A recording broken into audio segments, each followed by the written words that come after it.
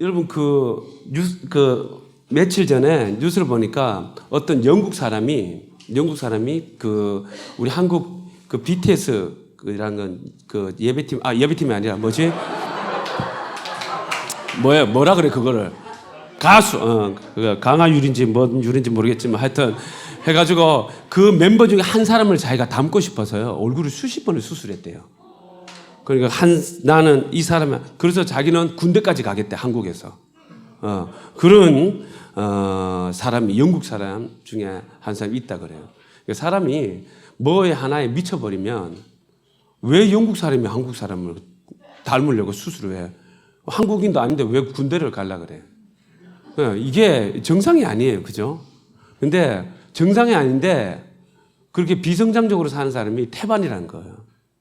세상 사람들도 진짜 우리가 보기에는 웃을 일이고 우리가 보기에는 왜 저러나 싶을 정도 일인데 자기의 마음에 한번 꽉 사로잡힌 사람은요 남이 뭔 소리 해도 상관없어. 영국 사람이 얼마나 그 사람에 대하여 비웃고 조롱하겠어요. 네가 한국인이냐? 뭐 동양이냐 서양이냐 떠나서 아니 네가 영국 사람 태어나가 네가 왜 한국 사람을 닮으려고 그래? 그리고 네가 왜 한국 나라에 가서 네가 군대까지 가려고 그래? 그런 생각 들지 않을 수가 없는 거예요. 근데 세상의 가치도 거기에 이제 내 마음이 한번 딱 피를 꽂혀버리면 사람이 그렇게 될 수밖에 없어요. 그러니까 이 사람이 사는 거예요. 그게 없으면 이게 사람이 우울하다가 죽을 사람이 한둘이 아니에요. 그 성경을 보면 그냥 시간이 없으니까 바로 들어가십시다. 성경 보면 하나님이 어떤 분이신가에 대하여 설명해 놓은 책이 성경책이에요.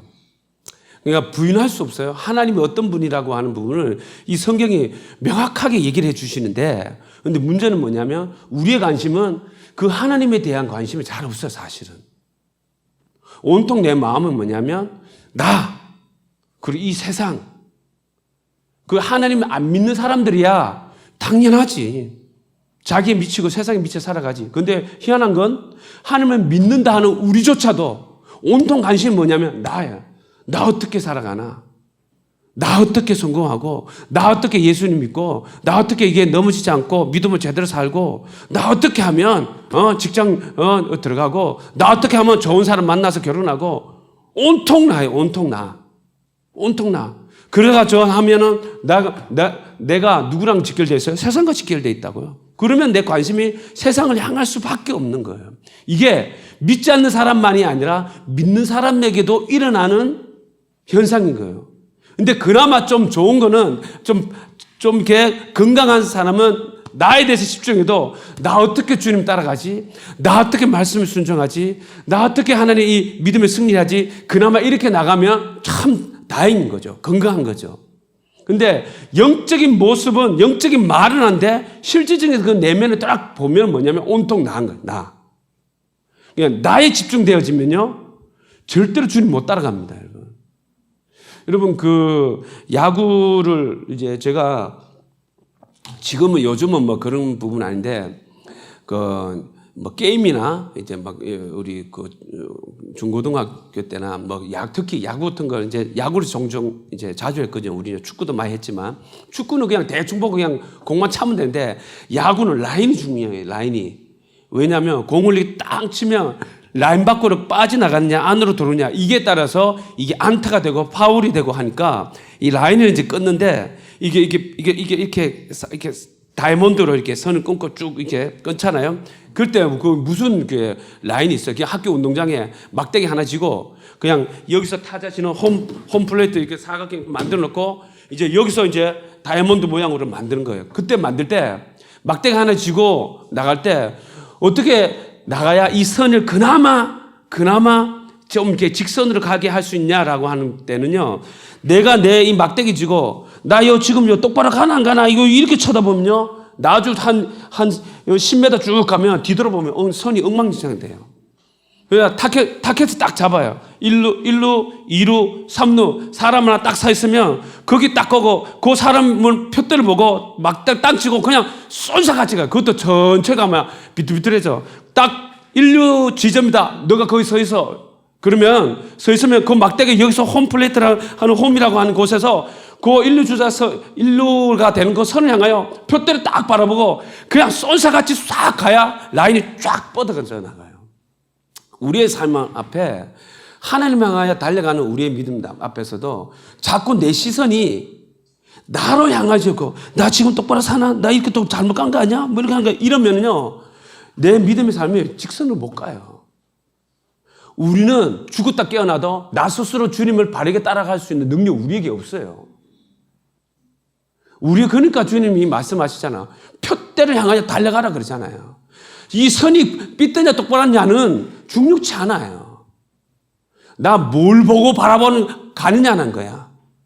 아무리 표대를 바라보는 간들 그게 무슨 자로 잰 것도 아니고 사람 손에 쥔 막대기 하나로 그냥 쭉 껐는데 그게 어떻게 자로 잰 것처럼 일직선으로 쫙 가겠어요. 가다 보면 약간 비틀림이 있지. 그러나 전체적으로 보면은 일직선으로 쭉 가게 되는 확률이 높다는 거예요. 그런데 우리가 주님을 믿고 살아가는 삶에 있어서도 온통 뭐에 관심이 있냐면 나의 관심, 주를 위한다고 하는 것조차도 나에게 관심이 있다 보니까 우리의 삶에 있어서는 울퉁불퉁한 거예요. 그나마 그 울퉁불퉁 속에서도 이 시선의 표대를 놓치지 않으면 다행이에요. 놓치지만 다행이에요. 근데 많은 경우가 뭐냐면 주를 위해 살아간다고 나 어떻게 하지? 나 어떻게 제대로 가고 있나? 막 이러다가 주리 왜 이래? 내가 주를 따라간다는 게 이런 거였어? 이렇게 해서 나 도대체 어떻게 된 거야? 라고 하면서 내가 스스로의 절망 속에서 하나님 앞에 나가면 다행인데 여호와께 돌아가자라고 하면 다행인데 많은 경우 뭔지 아세요? 이건 뭐야? 주를 따라간다고 해도 안 되네. 믿음으로 산다고 한다고 해도 이거 안 돼. 내 사는 거 꼬라지 봐. 이게 무슨 믿음 사랑이야. 복음 다 만났고 훈련 여러 가지 훈련 다 받았는데도 내가 살아온 게 이런 식이야? 에이 복음으로 안 되는가 봐. 그래도 믿음으로 안 되는가 봐. 말은 그렇지 성경은 그렇게 얘기해도 현실은 안 되는가 봐. 여기에 내 결론 믿음의 결론을 탁 내리고 그리고는 자기가 하고 싶은 걸로 가버리는 거예요. 이게 보편적인 그리스도인이라고 하는 사람에게 나타나는 증상입니다.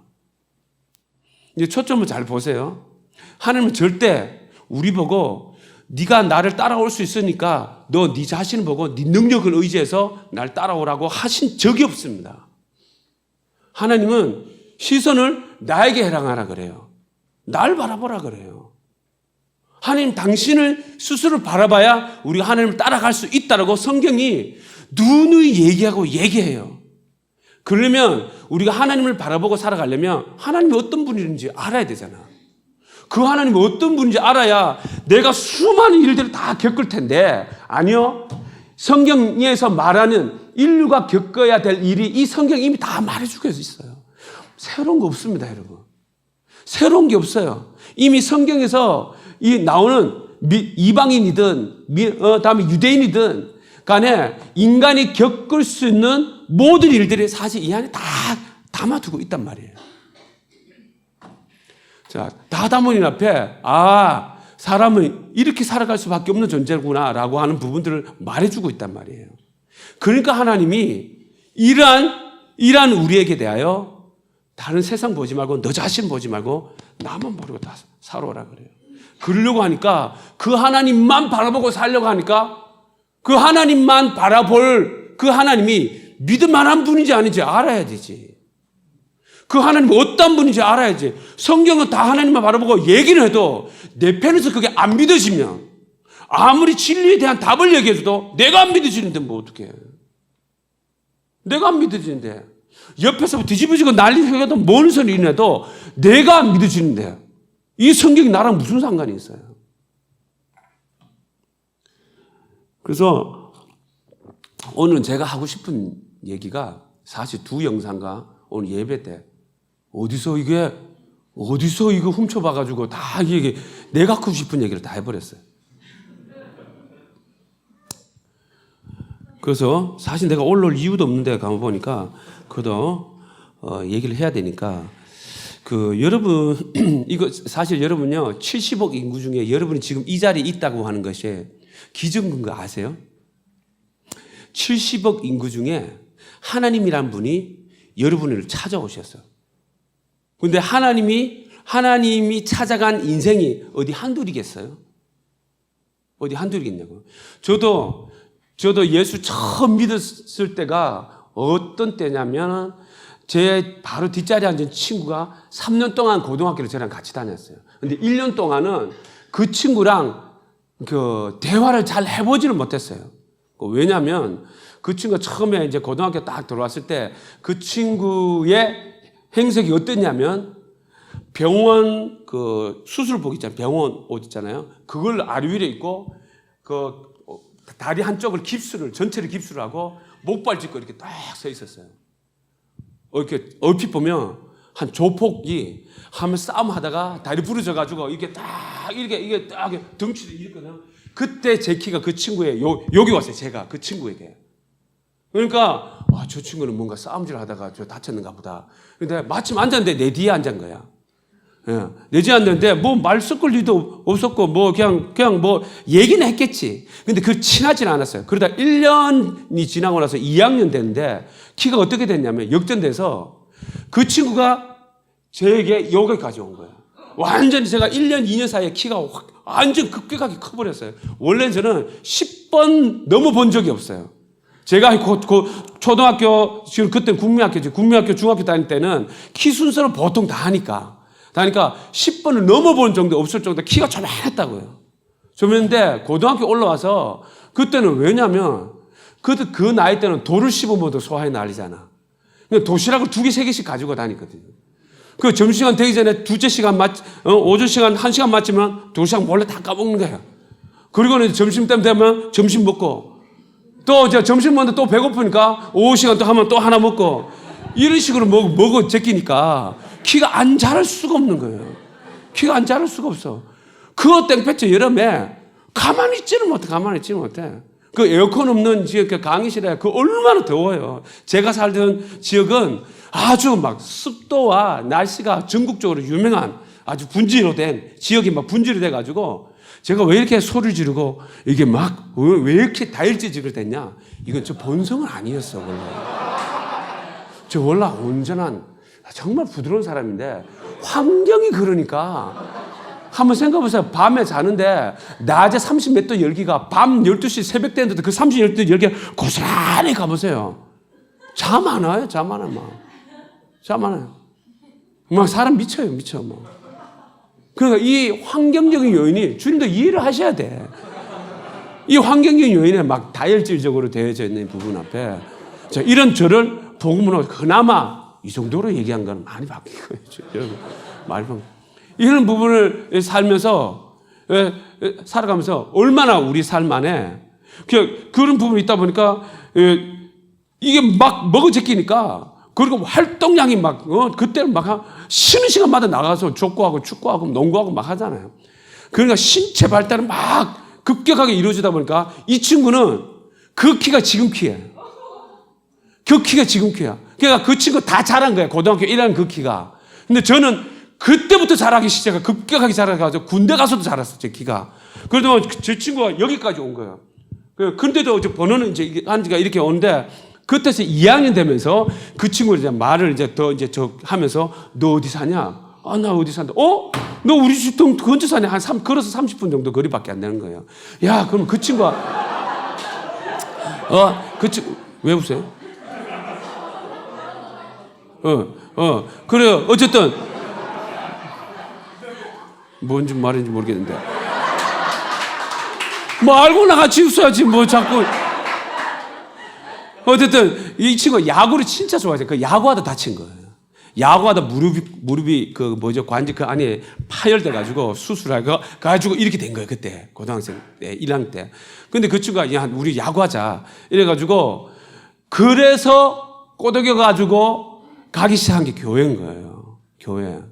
여러분 지역 교회를 다녀본 지금은 어떤지 지금 교회들이 너무 밋밋해요. 어떤지 모르는데 너무 생명의 교제가 없는 그냥 주일 예배만 드리고 오는 건데 제가 처음 다닐 때 교회는요 진짜 인간적인 교제가 진한 그런 교회였어요. 그 교회는 다른 거는 기도회는 안 해도 학생부가 한 달에 한 번씩 반드시 친목회를 했어요. 친목회 해가지고 이건 교회는 교회는 생명의 교제가 중요하다. 그래가지고 한 20, 30명 이 정도 이제 학생부 모임이 있을 때 한 달에 한 번씩 확 모여가지고 요만한 요 좁은 공간에 들어가지고 그 공간이 그밖에 없어요. 교회가 작은 교회였으니까.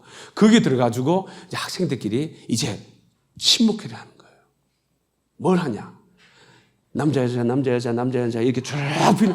제가 그때까지 교회 다니기까지 여자의 눈을 제대로 못 쳐다본 아주 순진한 사람이었어요.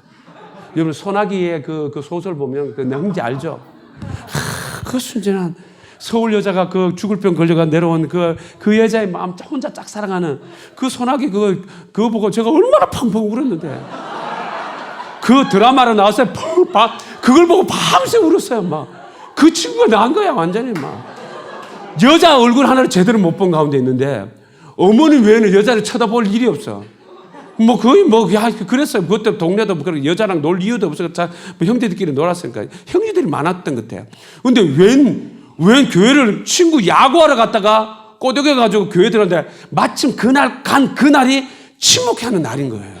오라고 해가지고 막 하는데 한 1년 선배 누나를 막 소개시켜 주더니 막 오늘 좁은 방으로 데려가더니 막 앉으래. 딱 앉았는데 내 좌우 옆에 자매 둘이 앉아 있는 거야.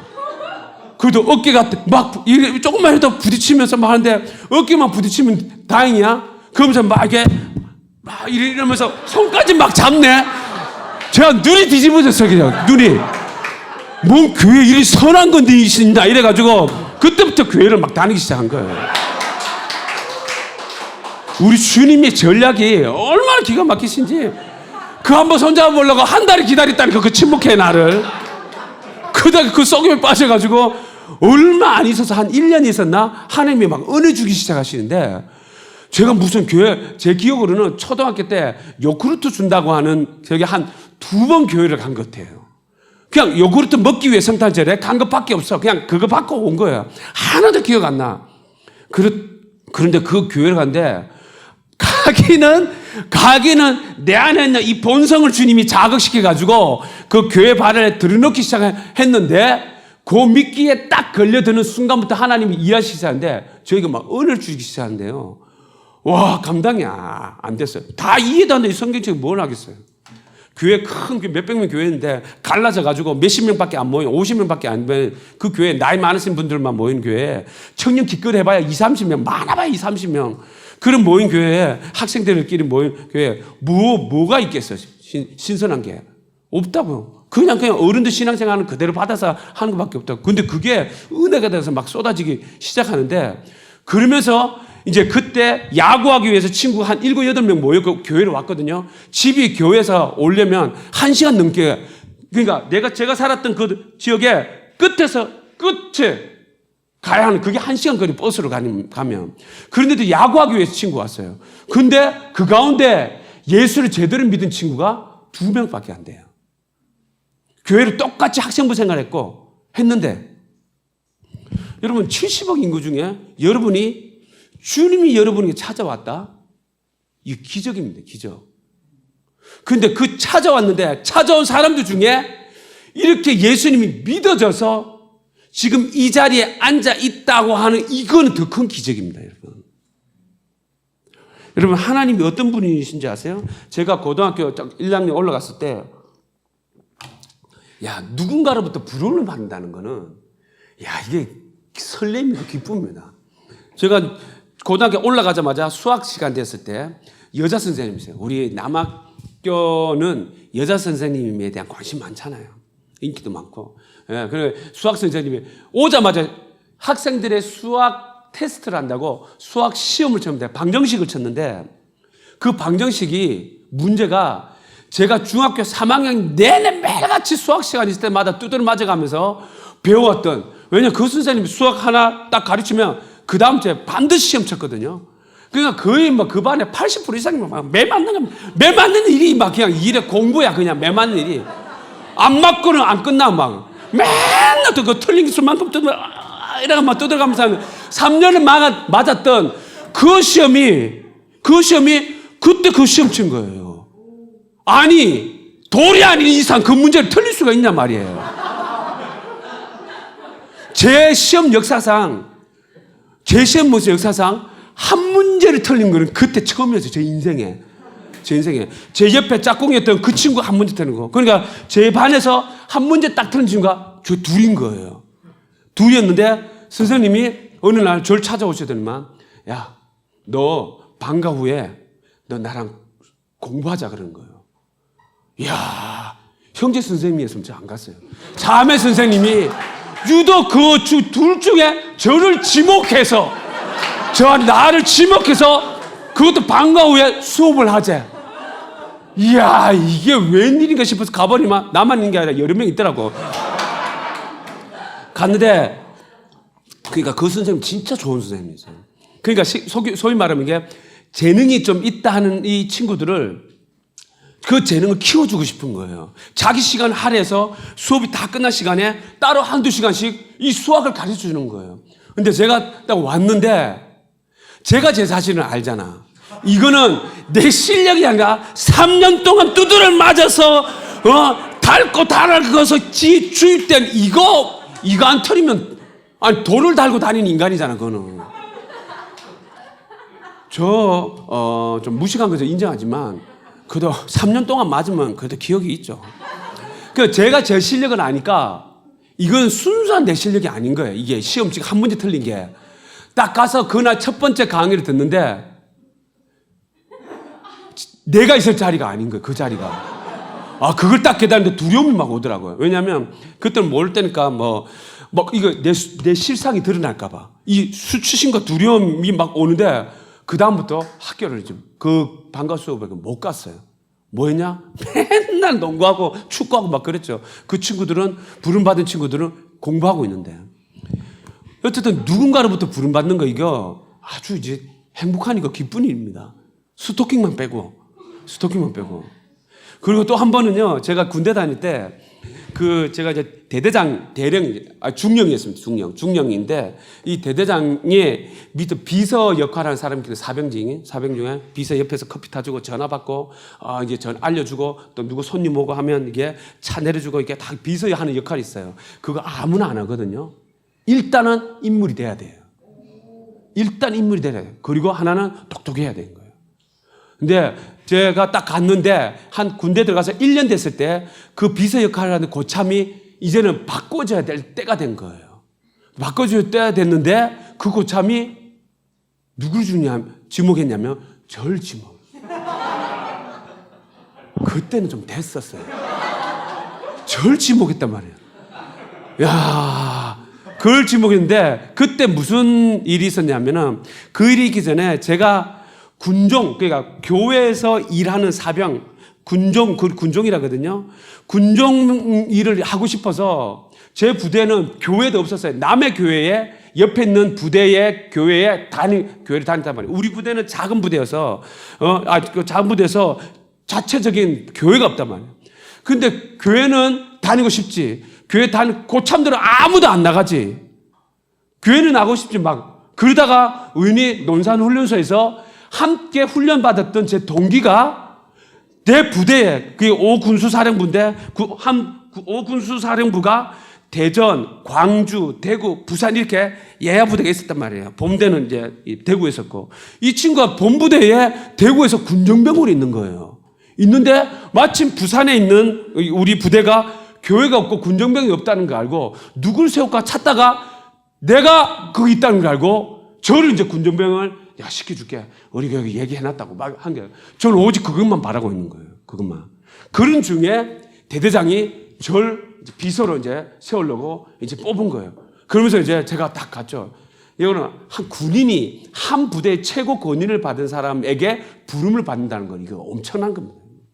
여러분 보기에 짝대기 하나, 두 개, 이거 별건 아니지만 군인들 사이에서는 짝대기 하나냐, 두 개냐, 이건 엄청난 차이입니다. 이거. 그리고 이 짝대기 두 개가 두 개 단지 한 달이 됐냐, 5개월이 됐느냐, 이거 장난하면, 여러분, 물병장이라는 얘기 들어봤어요? 군인 사병 중에 제일 높은 게 4개거든, 4개. 4개인데, 4개 단다고 다 4개가 아니야. 병장이 아니야. 이 4개를 단지 몇 개월이 됐냐 하는 거예요. 한 달 됐다? 물병장이에요. 막 힘도 없는 병장이란 거예요. 그런데 한 5개월, 6개월, 7개월 됐다? 이거는 막 최고 고참인 거예요. 사병 중에도 그건데 그 부대 최고 권위를 가진 사람이 나를 불러줬다. 이건 엄청난 거예요. 근데 제가 겁도 없이 그 앞에 딱 가가지고 제 선임이 저를 이제 자기 인수인계를 이제 시키려고 대대장이 이제 쉽게 말하면 면접 보는 거죠. 면접 보고 저딱 써가지고 그래 자넨가? 예, 딱 그런가.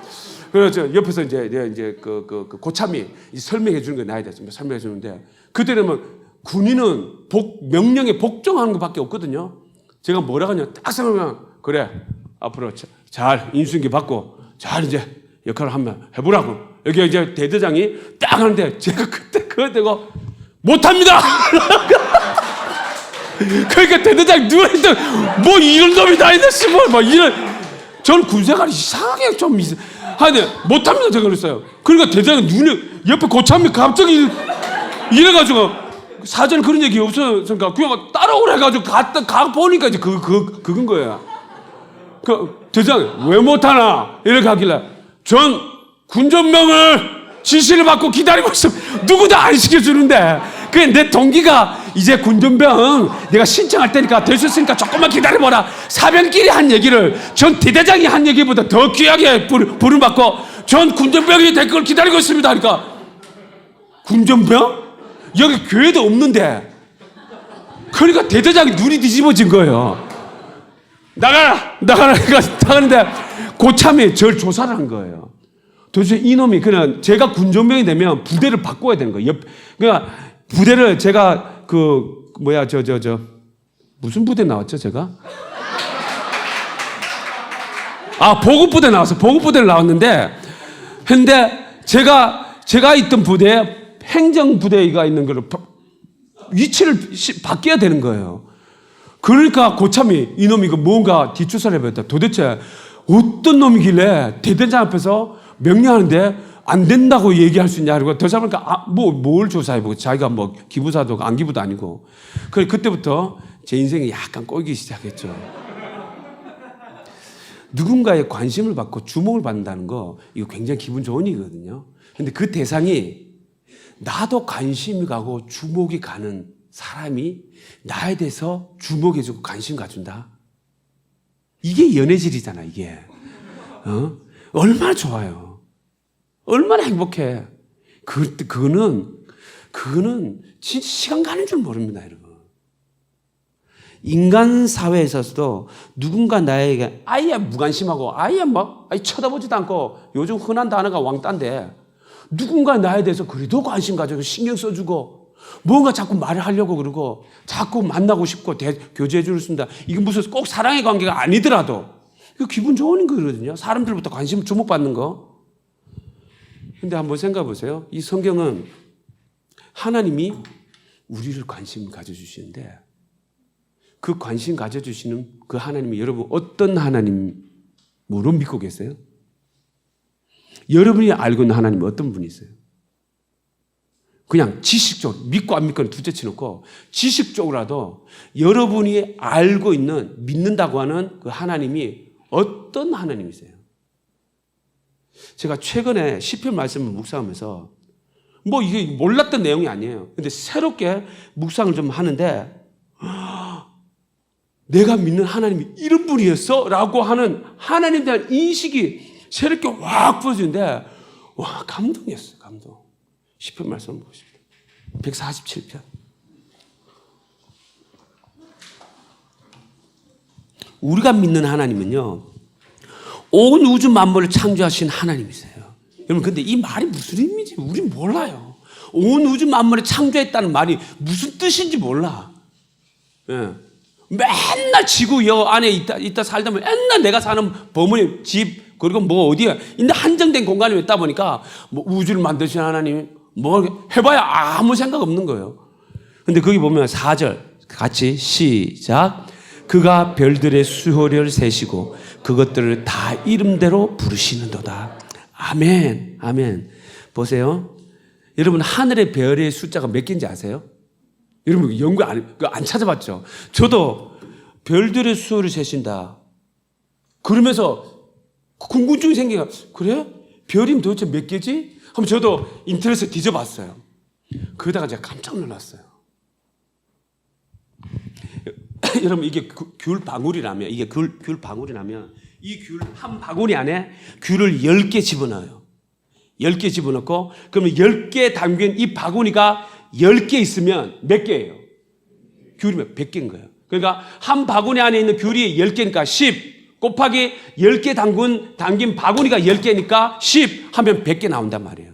하늘의 과학자들이 하늘의 별을 어떻게 해야 될까라고 했을 때 이 바구니가 뭘로 표현하냐면 별들이 모여져 있는 은하라고 얘기를 하는 거예요. 그러니까 이 은하의 숫자를 헤아려서 그러면 한 은하에 별들이 몇 개 있을까? 그는 대략이고 이거 정확하게 할 수도 없죠. 대략적으로 한 은하에 몇 개 있느냐라고 계산하고 추측을 해서 확인할 수 있는 현대적인 지금의 과학의 도구로 확인할 수 있는 별들의 숫자 대략 몇 개. 그러면 이 별들이 모여져 있는 이 은하가 이 지구 우주상에 몇 개 있냐라고 찾아보면 하늘에 있는 별이 몇 개인지 이제 측량이 되는 거예요. 자, 그래서 이거를 이제 측정했다는 과학자들이. 자, 별들이 모여 있는 게 은하라면 미국에 있는 나사의 우리가 다 아는 허블 우주망원경, 그리고 유럽 우주 기구의 이 기구인 허셜 적외선 우주망원경, 이 두 대를 통해서 현대 과학자들이 관측 가능한 이 별들이 모여 있는 은하수의 바구니에 있는 별의 숫자가 아니라 이 귤을 담고 있는 바구니 숫자를 헤아리듯이 별들이 군단으로 모여 있는 이 은하의 숫자를 헤아리기 시작했대요. 그때 몇 개 나온지 아세요? 별들이 모여 있는 이 은하의 숫자가 1000억 개에서 2000억 개가 나왔다는 거예요. 그리고 이 하나의 은하 안에 관측 가능한 이 은하 속에 있는 항성들, 별들이 몇 개인가? 이 수를 헤아려보니까 1000억 개라는 거예요. 1000억 개. 그때 당시. 그러면 우리 태양이 속해 있는 은하에, 우리 지구가 속해 있는 이 은하 안에 별들이 몇 개 있냐? 대략 1000억 개에서 4000억 개라 그래요. 많게는 1조 개라 그러고. 이것 또한 정확한 숫자가 아니라 현대 과학의 도구로 측정할 수 있는 숫자가 그거밖에 안 된다는 거예요. 2006년에는 이 은하의 개수가 2000억 개로 예측했다가 최근 천체 물리학 저널에 의하면요, 이 은하의 수가 몇 개인지 아세요? 2조 개라고 그럽니다. 2조 개. 그러니까 과학이 발달하면 발달할수록 은하가 개가 더욱 확인이 되니까 2조 개, 이 별들이 모여있는 군단에 은하가 2조 개래요. 2조 개. 확인 가능한 것만. 그리고 2003년에는 호주 국립대학에 있는 이 과학자들이, 그 사이먼 드라이버 박사가 별의 숫자를, 우주에 있는 별의 숫자를 몇 개로 이제 파악했냐 하니까 700해계로. 억이 아니에요. 조가 아니에요. 조 위에 뭔지 아세요? 경위예요. 경위가 뭔지 아세요? 해예요. 700해계. 우리는요, 조도 몇 개인지, 공이 몇 개인지 몰라요. 여러분, 그 1조에 공이 몇 개인지 아세요? 저도 몰랐지. 내가 뭐 그걸 해야 할 일이 뭐 있어. 조랑 나랑 무슨 상관 있다고. 여러분 보니까 1조의 공이요, 12개입니다. 12개. 그러니까 700해계라는 말은 뭐냐면 7 곱하기 10의 22승인 거예요. 그러니까 7 다음에 공이 22개가 있는 거예요. 일식 벌청해보세요. 그 숫자 몰라. 그러니까 1조가 공이 12개인데 그 7에 공 12개 곱하기 뭐냐면 100억 개. 그러니까 1에 공이 10개 해야지만이 10의 22승이 나는 거예요. 7에 공이 22개가 붙는다는 거예요. 700해계. 우주에는 이보다 훨씬 더 많습니다. 인간의 도구로, 과학의 기후 도구로 관측할 수 있는 게 그것밖에 안 된다는 거예요. 근데 이러니까 사람이 700해계 한 게 아무 생각 없는 거예요. 그냥. 1조개라 해도 잘 모르는데. 근데 이걸 어떻게 비유를 해주냐면 우리에게 좀 실감 있게 비유해 준 게 이 700해계가 하늘에 있는 우주에 있는 별의 700해계인데 이 700해계가 뭘로 직접적으로 우리에게 피부로 확 이해되게 해주냐면 저 바닥, 우리가 전 세계에 있는 바닷가에 있는 모래와 사막에 있는, 전 세계에 있는 모든 사막에 있는 모래를 다 합한 것에 택도 안 된다는 거예요. 그 모래를 사막과 해변가에 있는 전 세계 해변가 다 합한 것에 곱하기 10을 해야 700해계가 된다는 거예요. 이해되세요? 700해계라고 하는 게. 이제서야, 와. 저도 700해계가 뭔 말인지 알아도 못, 이걸 보고 솔직히 피부로 확, 그 정도야? 그 정도야? 야. 근데 한번 생각해보세요. 이걸 누가 만드셨다? 하나님이 만드신 거예요. 그러면 도대체, 여러분, 지금, 내가 저 자세가 모르는데, 지금 태양계가 있는 은하인 걸로 알고 있어요. 우리 은하계 안에 가장 큰 항성이 별이 어느 정도 규모냐 하면은 지금까지 밝혀진 규모가 지금 태양의 물질에 1700배인가 그런 거예요. 그 물질 크기가. 그게 태양을 중심으로 딱 잡으면 그 크기가 어디까지 가냐면 목성을 지나서 토성까지 다 다른데요. 그 크기가. 그런 어마어마한 행성이 별이 있는 거예요. 그러면은 그 별을 담아 놓을 그 우주가 도대체 얼마나 크단 말이에요. 그러면 그 큰 우주를 만드신 하나님은 도대체 얼마나 크신 하나님이에요. 인간으로서 찾아 숫자를 헤아릴 수 있다고 하는 게 그것도요, 전 우주를 헤아린 게 아니라는 거예요. 우주가 이렇게 이만한 우주가 있다면 요만한 한 구덩이에 요걸 가지고 과학으로 측량해서 여기에 있는 은하의 개수를 파악하고 대충 은하가 몇 개 있다라고 생각되었을 때 대략적으로 잡은 게 그 정도예요. 700해계. 근데 하나님이 그 하늘의 별들의 이름을 이거 보세요. 다 이름대로 부르시는도다 이렇게 얘기했어요. 여러분들 별들 이름 몇 개 아세요? 별 한번 대보세요. 별들 이름 아는 별 이름. 수지, 목금, 토성 뭐 이거밖에 모르잖아. 그리고 그나마 모인 거 북두칠성자리, 뭐 정갈자리, 뭐 이런 것밖에 모르잖아요. 하나님은 그 별들의 이름을 다 알고 다 짓고 부르시는 분이시는 거예요. 그 하나님이 우리를 찾아오셨다. 여러분 믿어지세요?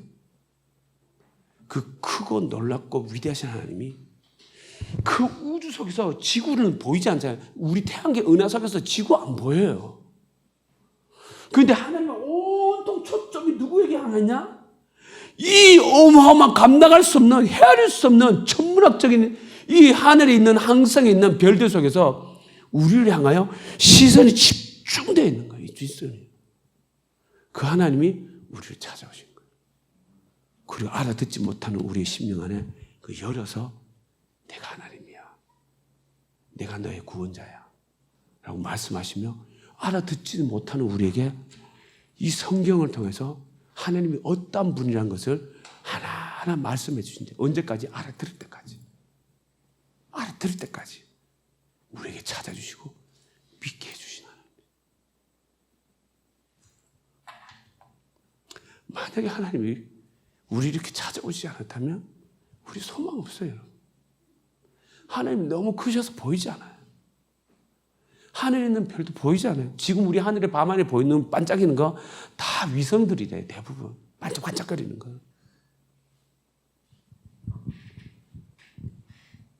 그러니까 5절 보세요. 그러니까 이런 하나님을 깨닫고 나니까 5절에 탄성 지는 거 보세요. 5절 시작. 우리 주는 위대하시며 능력이 많으시며 그의 지혜가 무궁하시도다. 아멘, 아멘. 이러한 위대하시고 능력과 지혜가 무궁하신 하나님이 나를 부르실 뿐만 아니라 나를 구원하시려고 자신의 아들을 십자가에 내어주셨다. 이게 어떻게 이해돼요? 이 심령이 부패한 우리가 이 농도를 제대로 깨닫지 못해서 아무 생각 없이 지나고 있는 거지. 이게 정확하게 믿어지고 그 농도만 제대로만 깨달아지면 우리 그 충격에 죽어요, 여러분. 심장마비로. 농담이 아니라. 여러분, 그 2001년도에 그 9.12 사건, 테러날 사건 아시죠? 여러분, 그 2001년도에 났죠? 예. 제가 이거를 미국 현장에서 못 봤지만 TV로 보고 있는데 갑자기 긴급 속보를 해가면서 그 장면을 보여주더라고요. 그 장면을 보여주더라고요. 그냥 현장에 있는 것도 아니야. 그냥 TV로 보는데 세상에 이거 영화로나 있을 법한 일이지. 영화로도 그걸 못 찍어. 어떻게 찍어 그거를. 그때 당시에. 지금에 워낙 CG 작업이 막 대단하니까 하지만 그때 당시만 해도 비행기가 빌딩 처박는 영화를 어떻게 만들어 그거를. 그런데 그게 제 눈에 보여지는 거예요. 빌딩이 하나에 비행기가 꽉 처박다니면 불나기 시작하는데 잠시 있다가 옆에 있는 빌딩에까지 비행기 처박는 거예요. 그러지만 양쪽 쌍둥이 빌딩에 불이 나기 시작하는데 이게 왠데 이게 조금 있다면 이 빌딩의 두 동이 그대로 그냥 주저앉아 버리는 거예요. 이걸 제가 보는데 입이 너무 제 안에 충격이 돼가지고 말이 안 그냥 눈이 이리 돼가지고 그냥 빌딩 무너질 때 제가 뭐냐면 그냥 밖에 말이 안 나오더라고요. 이 충격이 제가 너무 강력했거든요. 근데 제가 그 일을 잊고 몇 개월 지났나? 1년 지났나? 그리고 이제 신학교에서 강의를 듣는데 한 교수님이 제가 신학교 다니면서 하나님의 깊은 은혜를 받은 건 두 개였어요. 그 중에 하나가 이 강의인데 이 교수님이 뭐라고 얘기하시냐면 여러분 예수가 그리스도라는 것, 예수가 하나님이라는 사실이 이게 믿어지면 이 충격이 어느 정도인지 아십니까? 라고 저에게 질문하더라고요. 우리 학생들에게 질문하는 거예요. 그래? 그게 어느 정도일까? 내가 관심 있게 들었죠. 근데 이분이 예를 드는데 이 9.12 사태를 예를 드는 거예요. 9.12 사태 때 두 빌딩이 비행기에 처박혀서 무너졌을 때 그걸 그 현장에서 먼지를 뒤집어 쓰고 그 현장에서 그 빌딩이 무너지는 것을 직접 보험으로 인해서 오는 충격에 비하면 예수가 하나님이라고 하는 이 사실이 믿어졌을 때 충격에 비하면 그 빌딩 무너지는 건 아무것도 아니라는 거예요. 그때 제 안에 내만 안에 아까 말했잖아. 그걸 봤단 말이에요. 제가 그걸 충격을 받았단 말이에요. 그런데 제 안에 솟구친 게 뭐냐면 예수가 하나님이라는 게 이런 충격이어서 그전엔 왜 몰랐겠어요. 알지? 그 은혜 있으니까 신학교까지 갔었지. 근데 제 안에 예수가 하나님이라는 사실이 믿어졌을 때 이 충격이 어떤 충격인지를 9.12 사태를 비교도 해주는데 내 안에 막 아멘 하면서 막 소리치면서 막 그렇지 예수가 하나님이지 예수가 하나님이야 예수가 나를 구원해주신 하나님의 아들이시지 하면서 막 소리치면서 그거 막 제가 복도를 뛰쳐나가가지고 예수가 하나님이다 막 수업 중에 있는 사람 문 열고 막 예수가 하나님이다 예수가 하나님이야 라고 막 소리치고 싶은 마음이 막 일어나는데 그렇게까지는 못하고 예수가 하나님이야 하면 제 안에 막 쏘는데 감격이 됐어요. 감격이에요. 소리쳤어야 되는데 여러분 예수가 하나님이라고 하는 이 사실에 어떤 충격을 받은 적이 있어요? 여러분은 하나님이 하나님이라고 하는 이 진리가 내게 야다하여 내게 실제되어 부딪혀 왔을 때 어떤 충격을 왔어요? 세상에서 맞이할 수 있는 모든 아담 이후로 지금 인류에까지 세상에서 맞이할 수 있는 충격적인 사건을 다 모은들 온 우주 만물을 창조하신 하나님이 나를 찾아오셨다. 근데 그분이 예수님인데 하나님이시다. 그리고 그분이 자신의 왕의 권위를 내세우려고 오신 게 아니라 나 같은 인간을 구원하시려고 십자가에 죽기 위해 오셨다. 이게 믿어지면요 심장마비로 죽는다니까요. 모든 영적 세계가 놀랄 일입니다, 여러분. 그러니까 그러니까 아브라함이 창세기 3장, 12장에 나오면 아브라함이 본토 친척 아버지 집을 떠난 이유가 그거예요, 여러분. 하나님이 아브라함을 찾아왔는데 이 하나님을 만난 아브라함에게 하나님을 만난 사건이 얼마나 충격적이었으면 멀쩡히 살고 있는 그 당시 갈대아 우르라고 하는 것은 지금으로 말하면 가장 현대화되어 있고 가장 문화가 발달되어 있는 전 세계에서 가장 핵심이라고 말할 수 있는 지역이 갈대아 우르예요. 근데 거기서 멀쩡히 잘 살고 있는데 하나님이 떠나라 하는데 어디로 갈지를 모르고 길을 간다. 이건 미친 사람 아니면 못 떠나요, 여러분. 그러니까 아브라함이 하나님을 만났다는 말은 그냥 우리가 기도하다가 좀 감동 좀 받았다. 눈물이 좀 나왔다. 말씀 묵상하다가 주님 깨달음 좀 받았다.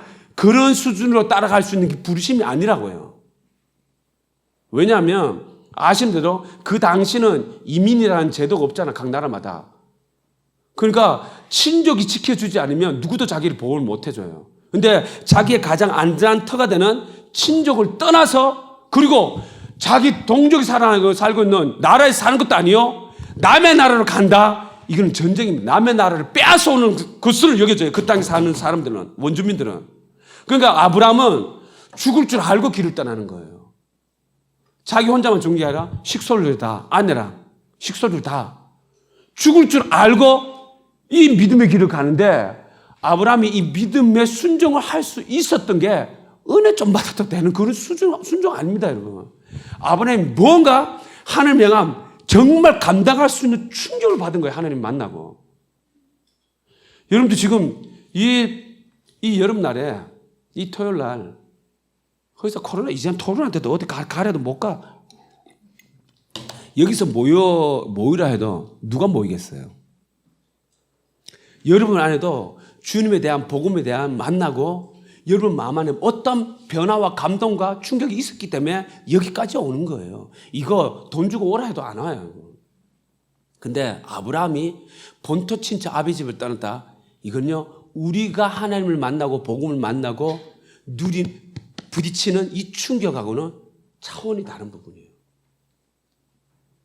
자, 그러면은 이런 가운데 충격적인 하나님을 만나고 이 부르심에 순종했다. 이 부르심에 순종했다. 그러면 아브라함 엄청난 믿음을 쓴 겁니다, 여러분.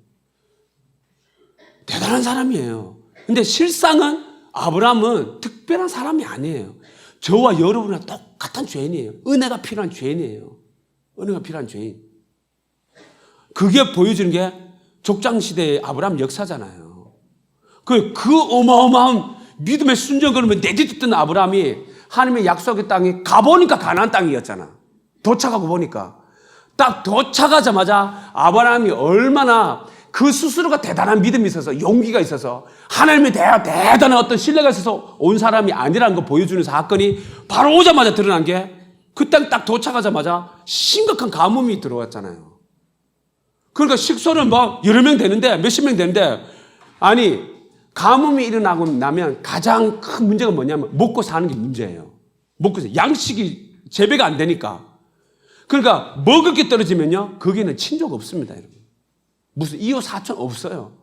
그러면 제 민족도 제 이웃도 돌아보지 않고 제 친족도 못 돌아보는 이 극심한 가뭄에 어디서 굴러 먹다 온 인간인지 모르는데 남의 거에서 굴러 들어온 아브라함과 그 식솔들을 누가 책임져 주겠어요?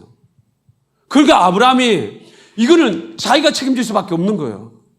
그러니까 그 가나안 땅에 들어왔는데 먹을 게 없고 누구 도와줄 사람이 없으니까 살아야 되니까 살기 위해서 좀 괜찮다고 하는 곳으로 가뭄이 덜하다고 하는 곳으로 찾아간 게 남쪽 지역인데 그 남쪽 지역에 가다 보니까 애굽 땅에 다다른 거예요. 그 땅에 보니까 막 풍요한 거지. 이야, 여기서는 살만하네 하면서 보니까 이미 애굽에 들어온 거예요. 거기서 마누라를 팔아먹잖아요, 아브라함이. 이게 엄청난 믿음을 쓰는 하나님의 놀라 위대한 하나님, 정말 충격적인 하나님을 만나고 충격받은 아브라함이 그 엄청난 순종을 했던 이후에 나타난 아브라함의 반응입니다. 그것만 있어요? 이거는 살기 위해서 찾아가다가 애굽으로 가게 돼서 그 애굽에서 자기 살자고 마누라를 팔아먹은 게 아브라함이잖아요. 그리고 또 시간 좀 10여 년 지나고 나서는 이제 하나님이 내가 너희에게 큰 민족을 주겠다고 약속하시는 그 하나님이 뭐라고 그러죠? 아들이 안 나타나니까 아브라함이 하나님을 위한다고. 왜냐하면 약속이 늦어질수록 아브라함이 나이가 많아지는 거예요. 그러면 아브라함은 스스로 보기에 이러다가는 사라가 임신할 수 있는 시간이 끝나보게 되겠구나. 그러면 하나님의 약속도 이루지 못하겠구나. 이거는 하나님 무슨 일인지 모르겠지만 너무 바쁘셔서 그런지 모르겠지만 내가 도와드려야 되겠다 하면서 인간적인 어줍지 않은 노력으로 하나님 도와드리겠다고 선택한 게 자기가 평소에 잘 받았던 몸종이었던 엘리멜렉을 맞나요? 갑자기 생각나. 엘리에셀이네. 제가 좀 단어를 틀려도 여러분들 수중에서 들으셔야 돼요. 엘리에셀을 양자로 삼아버리는 거예요. 하나님이 주신 아들입니다. 이렇게 삼겠다는 거예요. 이거는 무슨 자아추구한 게 아니라 하나님 위해서 돕겠다고 하는 거예요. 하나님이 급하게 내려오시잖아요. 그러면서 아브라함을 손을 붙잡고 다시 바깥으로 밤하늘을 보여주시면서 저 하늘의 별을 너 셀 수 있어? 없는데요. 바다의 모래 너 셀 수 있어? 없는데요. 너 똑바로 들어라. 내가 너에게 한 약속 네가 이루어줄 수 있는 수준은 아니야. 내가 이룰 거야. 내가 너에게 말한 그 약속 말씀 한치도 바꾸지 말아라. 내가 이룰 거야. 내가 너에게 큰 민족을 이룰 거야. 그때 아브라함이 본토 친척 아버지 집을 떠났던 갈대아 우르에서 하나님만 믿는 믿음으로 떠났던 그 믿음을 다시 정신줄 차리고 그 믿음 붙잡고 하나님을 믿어요. 그때 그 언약을 100% 믿어버려요. 그 믿음을 보시고 하나님이 아브라함을 의롭다 얘기해 주세요. 칭해 주세요, 여러분. 이 두 사건을 보면서 여러분 어떤 생각 드세요? 어디서 많이 본 듯한 이야기들이 같지 않으세요? 남의 얘기가 아니라 내 얘기 같지 않으세요? 하나님을 믿는다는 거, 뭐 어쨌든 어중이든 도중이든 간에 하나님을 믿는다고 하는 거 이거 장난 아니거든요. 그냥 되어질 일이 아니란 말이에요. 하나님의 주권적인 개입 아니면 이거 불가능한 일이란 거예요. 그런데 어쨌든 하나님을 믿었어. 그리고 그 믿었던 하나님의 말씀을 받고 주님 따라가겠습니다. 저 믿음의 삶 이겨가겠습니다. 뒤를 돌아보지 않겠습니다. 하고 아브라함처럼 본토 친척 아비 집을 떠나는 이 서슬프는 병든 나를 주님과 함께 십자가의 못을 받고 이제 야에게 새 생명 주신 예수로서의 생명 가지고 저에게 살아가겠습니다 하고 하나님 향하여 길을 딱 내딛었는데 내딛는 그 순간부터 진짜 주님이 일하시기 시작한 때거든요. 아브라함의 그 엄청난 믿음에 순종하고 났을 때에 그때 하나님이 아브라함을 다루신 게 뭔지 아세요? 아브라함 마음 안에 있는 존재 안에 있는 믿음이 아닌 영역들을 딱 잘라내시는 작업하는 거예요. 믿음이 아닌 가지들을 다 쳐내는 거예요. 얼마나 자기 자신을 보호하는 자인지, 얼마나 자기에 연연하고 자기 마누라는 팔아먹어도 내 살기에 급급한 존재인지 그 사건 아니었으면 아브라함이 어떻게 알았겠어요? 여러분 이제 믿음 삶을 좀 하다 보면 그런 생각 들어요. 이렇게 살다 죽어야 되나? 그러면 돈은 언제 벌지? 직장은 언제 다니지? 결혼은 언제 하지? 그럼 학교는 어떻게 하란 말이야? 가족은 어떻게 하란 말이야? 별별 생각 다 들거든요. 다 든다고요. 그 자체가 틀렸다라고 말하는 게 아니라 그 생각에 한번 쑥 빠지게 들게 되면 뭔지 아세요? 그래, 돈도 벌어야 되지. 그리고 남들 사람들 다 예수 믿는 게 꼭 이렇게만 가야지 믿음이야. 꼭 이런 식으로 해야지만이 뭐 십자가의 길이야? 아니지. 다들 예수 믿으면서도 정상적으로 뭐 세상 안 믿는 사람들과 다 이렇게 살잖아. 그러면서 나도 이제 알바하기 시작하는 거예요. 직장 다니면 돈 벌기 시작하는 거예요. 사람이 이제 그 맛에 한번 빠지면 이전에 받았던 영적인 하나님의 그 은혜가 한순간에 사라져요. 그 직장 다니는 게 자체가 틀렸다 말하는 게 아니에요. 우리의 삶은 살아야 되는 거잖아. 살아야지 뭐 복음 믿고 있는 거 아니야. 그리고 내가 잘 돼야지 다른 사람한테 복음 전할 때 예수 믿으면 그렇게 돼요. 보통 그렇게 가르쳐 준다고. 그럼 못 되면, 내가 못 되면 거지 나사로는 하나님의 복음을 전하는 사람이 못 되는 거예요. 이제 흙수저로 태어난 사람은 예수 그리스도의 증인이 못 되는 거예요. 아니에요. 성경 한번 보세요. 그리스도의 증인인 사람이 어떤 사람인지 아세요? 부유한 사람 거의 없습니다, 여러분. 금수저들은 스스로가 흙수저 돼요. 그거 있는 걸 가난한 사람들 다 나눠줘서. 이 복음이면 충분한데기 때문에.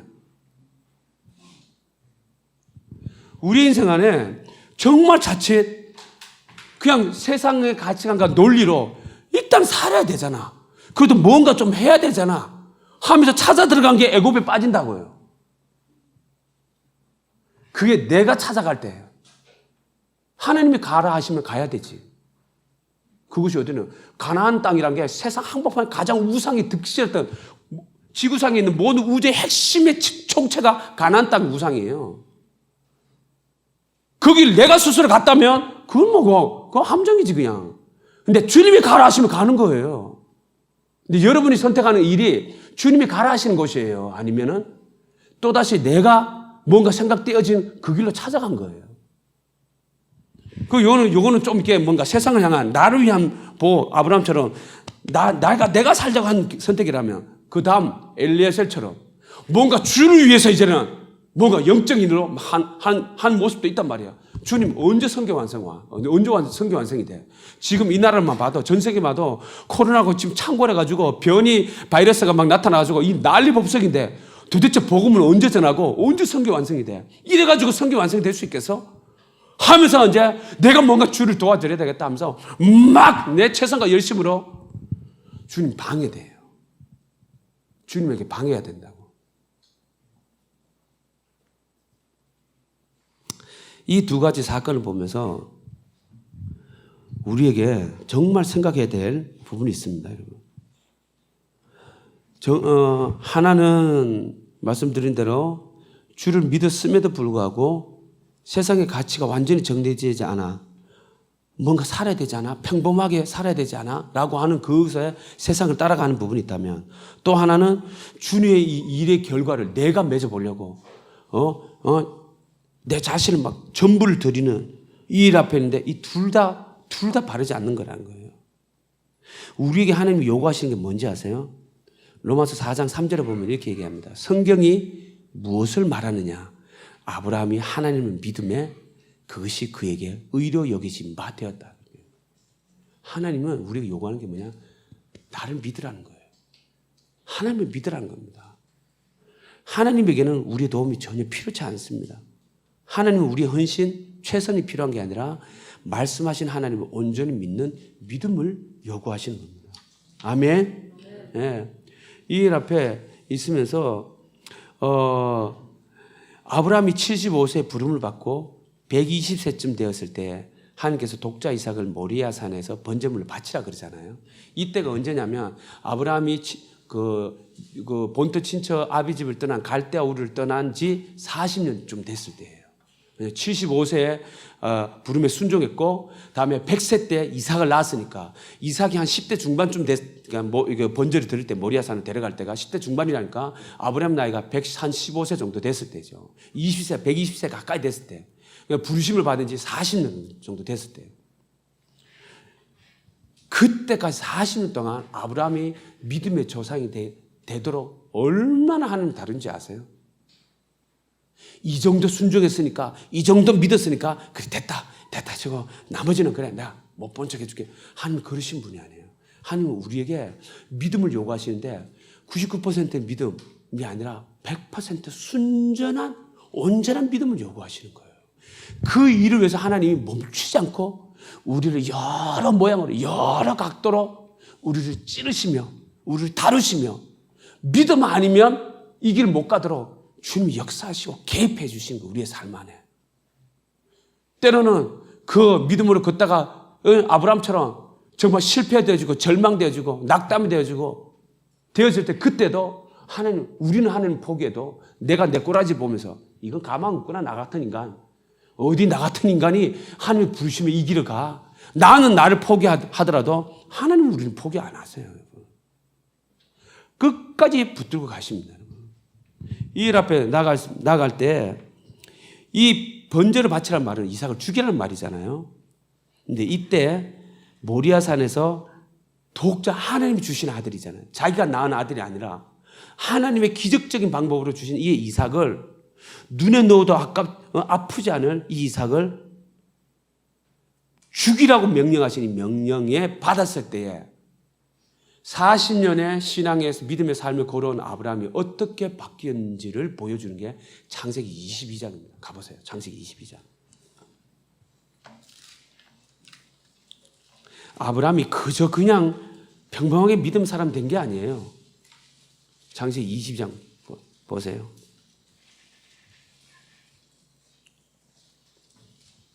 여기 보시면 이제 펼쳐 보시고 아브라함이 갈대아 우르에서 살아계신 하나님을 만나는 그 충격 속에서 자신을 부르신 하나님을 따라 믿음으로 순종할 때가 75세. 그때도 부르신 하나님만 믿고 순종한 걸음이었습니다. 그리고 부르심을 받은 지 40년이 지나 하나님이 주신 독자 이삭을 번제물로 바치라고 명령하셨을 때에도 아브라함은 믿음으로 순종하여 모리아산으로 길을 가요. 1절에 보면. 이 둘 다 믿음은 동일한 농도의 믿음입니다. 부름을 받았을 때도 독자 아들 이삭을 번제로 죽여라고 하실 때도 둘 다 동일한 농도의 믿음입니다. 살아계신 하나님을 절대적으로 믿는 믿음이 아니고서는 우리는 주님 따라갈 수 없습니다. 다만 하나님의 믿음, 아브라함의 믿음이 처음에는 본토 친척 아비 집을 떠나는 믿음이었다면 여기서 끝나지 않고 독자 이삭을 바치라고 명령하셔도 순종할 수 있는 믿음. 하나님을 믿는데, 절대적으로 하나님을 믿는데 눈에 넣어도 아프지 않을 이 하나밖에 없는 독자를 죽이라 해도 그 말씀에 순종할 수 있는 믿음. 100% 온전한 믿음의 사람으로 변화시켜 주세요. 그걸 테스트한 게 바로 창세기 20장 이삭을 번제로 바치라는 시험이었습니다. 아브라함이 100% 온전한 믿음의 사람이 되기까지 수많은 과정들이 있었죠. 믿음이 조상이었나? 진짜 이 사람 믿음 조상 맞나 싶을 정도의 많은 실수와 연약함이 드러남으로 인해 자기 스스로가 절망해요. 낙담이 돼요. 이 수많은 과정들이 있었음에도 불구하고 아브라함에게 변하지 않는 한 가지 사실이 있어요. 그게 뭔지 아세요? 그게 오늘 제가 여러분에게 하고 싶은 얘기예요. 아브라함도 엄청난 그 믿음, 하나님을 만나고 그 충격 속에서 감히 누가 이 부르심에 이런 식으로 순종할 수 있을까, 반응했을까 싶을 정도로 그 엄청난 순종, 믿음의 순종을 그를 내디뎠던 아브라함이 실제 순종하고 나보니까 참 대단한 순종은 맞긴 맞았는데 믿음의 걸음에 울타리 안에 딱 들어와 보니까 내가 얼마나 믿음 없는 사람인지, 내가 얼마나 주님을 따라가기에 부적합한 존재인지 아브라함이 그때서야 알게 된 거예요. 더 알게 된 거예요. 엉망진창인 거예요. 아브라함이. 믿음의 사람 해당도 안 돼요. 믿음의 사람이. 어떻게 실수를 어떻게 그런 실수를 하느냐 말이에요. 그러면은 이런 모습을 한두 번이 아니라 한 서너 번 보면 자기가 자기 스스로에 대해 절망해버려요. 그러면 이 절망이 좀 더 진행되면 뭐냐면 자기를 포기해버립니다. 그 포기하면 무슨 일이 결과가 나는지 알아요? 내팽개쳐버리는 거예요. 그냥 될 대로 되라는 거예요. 내 멋대로 살아버린 거예요. 어차피 안 되는 거든. 내가 복음을 안 들어봤나? 내가 복음 앞에 안 서봤나? 내가 복음의 은혜를 모르냐? 다 안 돼도 순종해봤는데 안 되더라는 거예요. 안 되더라는 거예요. 그러면서 아예 방관, 나를 향한 하나님이 내 안에 담아주신 이 복음의 생명, 이 원형의 생명에 대한 이 기대감을 아예 제껴버리고 나에 대하여 방관자의 태도를 가지고 그냥 내 멋대로 살아버린 거예요. 그게 성 어거스틴입니다. 모태신에 태어났던 성 어거스틴. 그러다가 하나님의 기적적인 은혜 속에서 다시 하나님을 만나고 위대한 성자가 됐다고 하잖아요. 그런데 아브라함도 우리랑 똑같은 은혜가 필요한 죄인이라 그랬잖아요. 우리가 그런 얼마나 많은 흔들림이 있었어요. 그런데 아브라함도 똑같은 사람이에요. 근데 아브라함 마음 안에 그런 유혹과 시험과 그리고 절망과 낙담 속에서 하나님은 변한 게 아니라 하나님에 대한 내가 변질되어 버려서 하나님을 향하여 막 따라간다고 말할 수 없을 정도로 부끄럽고 민망스러워서 나 하나님의 은혜를 입은 사람이다 말할 수 없는 나는 그냥 지옥 가기 합당한 존재라고 한 속에서 막 살아갈 그런 마음이 수도 없이 일어났을 때 아브라함은 변하지 않는 마음의 태도가 하나 있었어요. 그게 뭐냐면 자신을 부르신 하나님에 대한 돌덩이 같은 믿음. 자기를 찾아오신 하나님이 어떤 하나님이냐에 대한 돌덩이 같은 믿음. 그게 그 실패로 인한 절망과 낙담과 모든 것을 다 포기하고 싶은 그 상황에서도 다시 툴툴 털고 믿음으로 그 자리에 일서게 해주는 힘이 된 거예요. 아브라함이 걸어간 믿음의 길은 가능성이 있어서 간 길이 아니에요. 할 만해서 간 길이 절대 아닙니다. 자신을 부르신 하나님을 믿는 믿음이 아니고서는 결단코 갈 수 없는 오직 믿음으로만 갈 수 있는 길입니다. 하나님께서 아브라함의 믿음이 이 100% 온전한 믿음이 되게 하시려고 그 안에 있는 수많은 믿음이 아닌 찌꺼기들을 걸러내는 작업을 할 수밖에 없는 거예요. 이걸 가진 채 100% 믿음을 가질 수가 없는 거예요. 이걸 걸러내고 저걸 걸러내고 이 사건을 통해서 이 일을 통해서 아브라함에 있는 내면 안에 있는 모든 불순물들을 제거하는 작업을 걸린 게 40년이 걸렸어요. 40년. 오늘날 모든 그리스도인들 지금 여기 있는 우리 모두도 마찬가지입니다. 우리가 하나님을 믿는다는 것은 불가능한 일입니다. 내가 주인 되고 내가 왕이 되어 살아왔던 병든 자아를 십자가의 죽음으로 넘긴다. 그리고 나를 부인하고 예수 그리스도를 나의 참 사랑의 대상으로 경배의 대상으로 사랑하고 섬긴다. 이거 우리로서는 불가능한 일입니다. 하나님의 정권적인 절대적인 개입 없어지는 이거는 불가능해요. 그런데 하나님이 이러한 불가능을 우리에게 찾아오셔서 이 일을 가능한 일로 만들어버리신 사건이 십자가 사건이에요. 그리고 이 십자가 복음이 나에게 온전히 믿어지기까지 내가 할 수 있는 일이라고는 아무것도 없습니다. 오직 하나님의 은혜로만 가능한 일이에요. 그래서 우리는 심판 중에서 구원하시려는 하나님의 은혜를 바라보려는 간절함이 있어야 돼요. 그러니까 노아가 그 심판이 임할 때 여호와께 은혜를 입었더라라고 창세기 6장 8절에 얘기하잖아요. 은혜가 아니면 우리 소망 없습니다.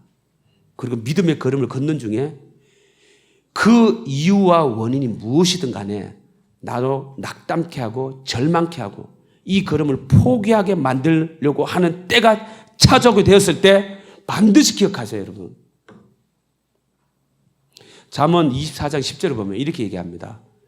네가 만일 환난 날에 낙담하면 내 힘이 미약함을 보임이라. 이 말 이렇게 얘기해요. 이 말은 뭔지 아세요? 네가 믿음으로 살아가다가 어떤 이유든 간에 그게 내 스스로를 위하든 아니면 외부의 환경의 요인에 의하든 이 믿음의 걸음을 걷는 이에게 낙담되는 상황이 환난을 위해서 낙담되게 만들었다면 네가 믿는다고 하는 이 믿음은 흔들린 거다. 이 얘기를 하는 거예요. 반대로 말하면 믿음으로 견고히 서 있는 사람은 어떤 환난이 와도 낙담하지 않는다는 거예요. 흔들릴 수는 있겠죠. 휘청거릴 수는 있겠죠. 그런데 흔들린 김에 누워있을까? 아이고 어차피 힘들었는데 이 길 가는 거. 그건 모르지만 안 된다는 핑계로 나 이게 그냥 누워있을래. 그럴 수가 없다는 거예요. 그러니까 흔들렸다, 낙담됐다 이 말은 내 믿음이 흔들렸다는 말인 거예요. 주님이 우리를 부르실 때 한 가지 요구하신 조건이 주님은 우리의 어떠한 희생과 최선과 열심을 요구한 것이 아니잖아요. 오직 하나 나를 부르신 하나님 한 분만을 그분이 말씀하신 약속만을 믿고 다른 순종을 요구하시는 거예요. 그런데 그 순종하려고 하니 하나님을 믿어져야 순종이 되지. 안 믿어지는데 어떻게 순종이 돼? 이 사실만 잊지 않고 내 마음에 붙들고 있다면 우리는 어떤 처절한 낭만과 낙담 속에서도 우리는 그 자리에서 다시 일어설 수 있어요. 주님이 그 믿음을 통해서 일으켜 주세요. 여러분. 우리 주님은 우리의 믿음이 본토 친척 아베 집을 떠나는 믿음에서 머물기를 원하지 않으세요. 그게 믿음이 아니다.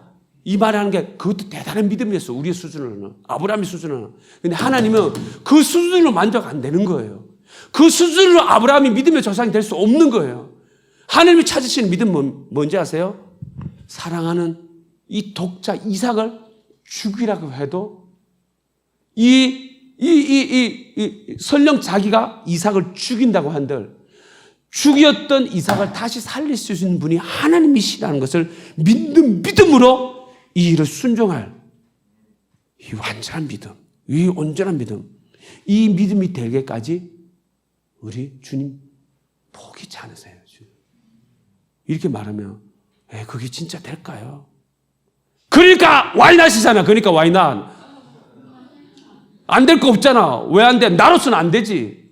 나만 그러니까 내가 처음 얘기한 거 그건 거예요. 나만 주목하면 안 되는 거야. 나만 바라보면 내가 뭐 어떻게 주를 위해서 해보려고 하다가는 안 되는 거야. 근데 나를 부르신 그 주님의 표대를 바라보고 가보라고.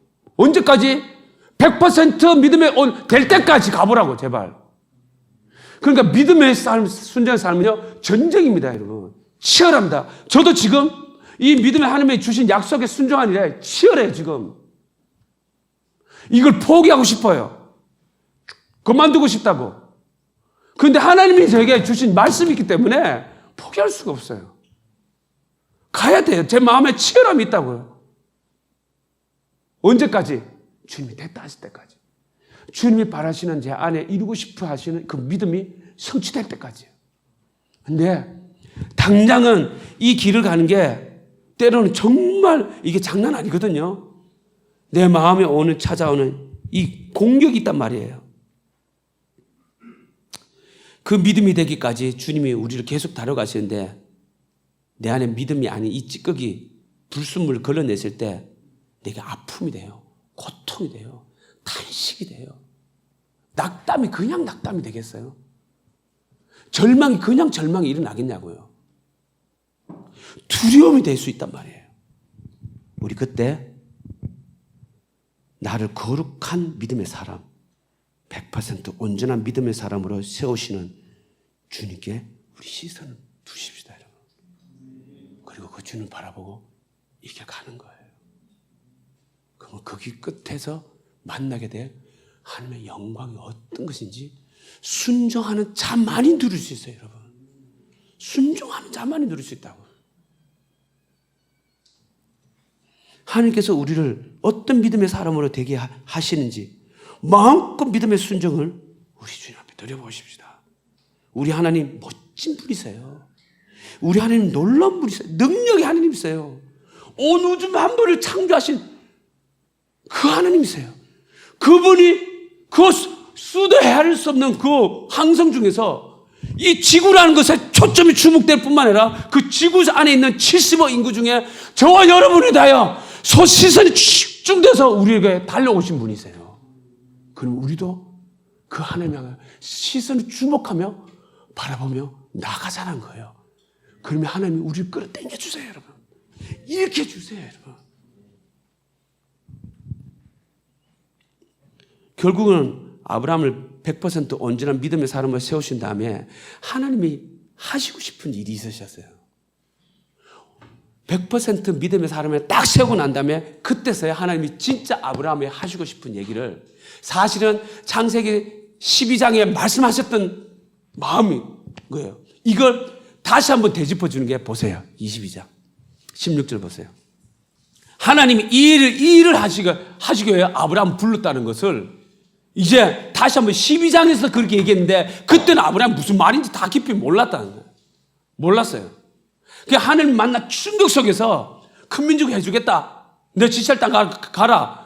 여기에 귀한 거 내가 복덩이를 해주겠다. 이 말에게 순종했는데 그 말의 깊이 뜻이 무슨 말인지 잘 모르다가 40년이 지난 이제 이삭을 바치는 믿음의 순종해 보고 나니까 그 말 뜻이 뭔지 이제 알게 되는 거예요. 16절 보면 이르시되 여호와께서 이르시되 내가 나를 가리켜 맹세하노니 하나님 당신 스스로를 가리켜 자신의 이름으로 맹세하는 거예요. 아브라함 네가 이같이 행하여 너의 아들 독자도 아끼지 아니하였은즉 내가 네게 큰 복을 주고 내 씨가 크게 번성하여 하늘의 별과 같고 바닷가의 모래와 같게 하리니 너의 씨가 그 대적의 성문을 차지하리라. 또 내 씨로 말미암아 천하 만민이 복을 받으리니 이는 네가 나의 말을 준행하였음이니라. 이게 12장에 아브라함을 처음 부르실 때 주신 말씀이에요.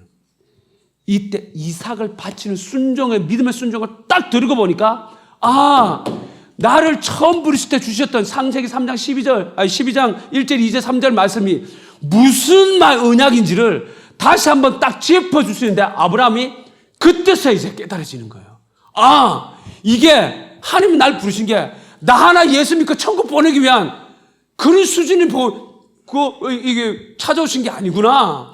내 가정 하나 예수 믿고 천국 보내기 위한 그런 수준이 아니고 내 종족, 내 민족, 내 나라 그런 수준이 아니구나. 이건 열방용 복음이구나. 하나님이 나를 통해서 결국은 열방이 돌아오게 하실 이 복음으로 나를 초대해 주셨구나. 이 일을 서자고 하나님이 나를 불러주셨구나. 이제 아브라함 그걸 깨달은 거예요. 이 일 앞에 여러분 보세요. 그러면서 한번 생각해 보자고요. 그러면 아브라함이 도대체 뭐 때문에 열방을 돌아오게 해야 돼? 그 사건 이전을 한번 보자고요. 이전을 생각해 보시면 아브라함 부르심이 있기 전에 창세기 10장 11장에 무슨 사건이 있어? 11장에 바벨탑 사건 나오잖아. 그 바벨탑 사건이 그 사건이 있게 된 그 근원적인 출발이 누구로부터 출발해요? 하나님에 대한 반역성을 일으키게 했던 그 근원 출발이 누구로부터 시작돼요? 아담부터 시작되잖아. 원령의 생명으로 지음을 받은 천사도 부러워할, 천사도 흠모할 만큼 우리의 생명 안에 하나님의 생명이 부어졌단 말이에요. 근데 이 생명이 어떤 생명인데 이걸 걷어차버리고 자기가 하나님 되겠다고, 내가 왕이 되겠다고, 내가 주인 되겠다고 선악을 알게 하는 열매 따먹어버려? 그 결과가 어떤 비참함인지를 나타내는 게 그냥 상징력이 두 가지예요. 하나는 노아 홍수고요. 하나는 바벨탑 사건이에요. 전 인류를 심판할 수 있는 전무후무한 마지막 종말이 오기 전까지 전무후무한 유일한 전 인류가 심판의 대상으로 한 번의 심판을 내리신 경우는 이제 노아 홍수가 처음인 거잖아요. 그 심판 속에서 하나님의 마음이 어디 있는지 생각해 보자고요. 하나님은 심판의 목적이 아니라 이 심판의 두려움 속에서 제발 너희 마음을 돌이켜 여호와께로 돌아가자. 제발 시선을 날 향해 좀 향해 봐라.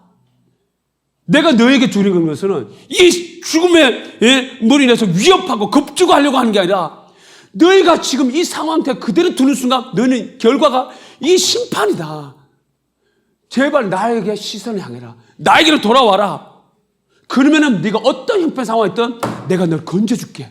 나의 은혜로 너를 붙들어 줄게 라고 보여주신 게 노아 홍수예요. 노아가 이걸 깨닫고 하나님을 향하여 시선을 두고 하나님의 눈동자에 있는 이 자신을 사랑하시는 구원하시려고 하시는 하나님의 자비와 긍휼과 은혜를 본 거예요. 그러면서 하나님 앞에 두 손 들고 살려달라는 거예요. 도와달라고. 그 엄청난 사건을 지나고 났으면 그러면 인간들이 노아의 후손들은 이후에 태어난 후손들은 정신 차릴만 하잖아요. 근데 정신 못 차려요. 성경에 몇 장 안 지나서 나타난 게 바벨탑 사건이잖아요. 그러니까 여러분 보세요. 사람이 존재가 바뀌지 않고 생명이 변화 일어나지 않은 채 방주에서 살아남은들 방주에서 나오는 순간 또다시 방주 사건의 이전에 똑같은 일을 벌이는 게 죄인이에요. 죄인. 존재적인 죄인입니다. 이걸 보여주는 게 바벨탑 사건이에요. 그러니까 하나님이 두려우니까 이제 홍수 심판을 조상들로부터 얘기 들었으니까 이 두려운 하나님 앞에 자기 스스로 살기 위해서 감히 하나님이 심판하는데 자기 스스로 살아남기 위해서 높은 탑을 쌓은 게 바벨탑이잖아요. 그게 살아남겠어요? 히말라야 산맥도 잠겨버리는 심판이었는데 그게 살아남겠냐고. 이 반역성을, 하나님에 대한 반역성을 이대로 내버려 두서는 안 된 거예요. 그래서 흩어버린 게 지금 말하는 열방으로 흩어져 버린 거예요. 근데 하나님은 흩어버렸을 때 그냥 이들에 대한 저주와 심판으로 이것들이 내가 노아의 홍수를 통해서 기껏 믿음의 사람 노아를 통해서 내가 이 사람들 또 인류를 또 번성시켜 놨더만 이것들이 지금 여기까지 와서 이따위야? 하면서 사람들을, 이 죄인들을 아주 저주하시려고 흩어버리신 게 아니고 그들이 진짜 사랑하시기 때문에 구원하시려고 언어별로, 종교별로 다 흩어버리신 거예요. 그리고 흩트는 게 목적이 아니라 심판이 목적이 아니듯이 구원이 목적이듯이 하나님이 흩어버리는 게 목적이 아니라 반드시 하나님 그들을 구원하시려고 그 다음 12장에 첫 사람 하나님 부르는데 그게 누구예요? 아브라함이잖아요. 인류를 구원할 통로가 될 사람. 근데 이 사람은 능력의 사람이 아니에요. 재능이 많은 사람이 아니에요. 돈이 많은 사람이 아니에요. 지식이 뛰어난 사람이 아니에요. 일자 무식이어도 상관없어요. 지식이 궁상처럼 살아도 상관없어요. 흙수저도 상관없어요, 여러분. 하나님은 하나님만 믿고 순종할 그 한 사람 통해서 당신의 권능을, 저 우주 만물을 창조하신 그 권능을, 우주 만물을 창조해도 인간 마음 뒤집는 거는요 못해요, 여러분. 왜냐하면 우리 안에 자유의지를 줬기 때문에 우리 스스로가 마음을 돌이키지 않으면, 돌이킨다는 건 하나님이 개입하실 수가 없어요. 억지로 개입하는 순간 우리는 로봇가 되는 거예요. 인격적인 존재가 안 되는 거예요. 그 사람을 변화시키는, 영혼을 변화시키는 이 일을 쓰시기 위해서 하나님이 한 사람 세운 게 아브라함이란 말이에요. 그럼 창세기 12장의 말씀이 아브라함 얘기가 아브라함 그 한 사람에게만 해당되는 얘기인가? 아니요. 여러분, 우리의 삶 앞에 얼마나 하나님이 우리의 삶에 우리들을 부르실 때 하나님 우리를 선교적 존재로 부르셨어요. 우리는 다른 거 아닙니다. 우리는 진짜 완전한 십자가의 사랑을 입은 자로서 우리가 살아갈 때 동일한 농도의 부르심으로 우리를 초대해 주셨다는 거예요.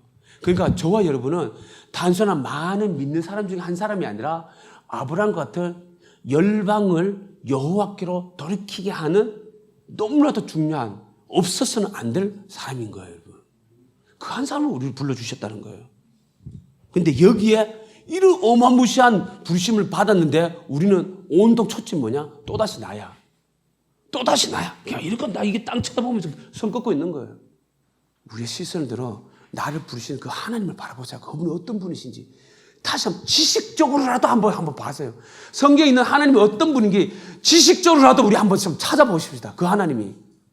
그리고 지식적으로 발견됐다면 하나님 앞에 기도하십시다. 하나님, 당신이 이런 분이시라면 제게 믿어지는 은혜가 주십시오.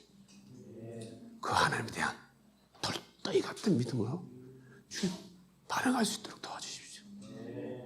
그냥 허탄하게 종교 하나 얻어가지고 그냥 천국이 있는지 없는지 그냥 희망상 하나 가지고 기대감 하나 가지고 예수 믿는 그런 수준이 아니라 내 운명을 걸, 내 미래를 주님 앞에 걸, 이 믿음 저에게 주십시오.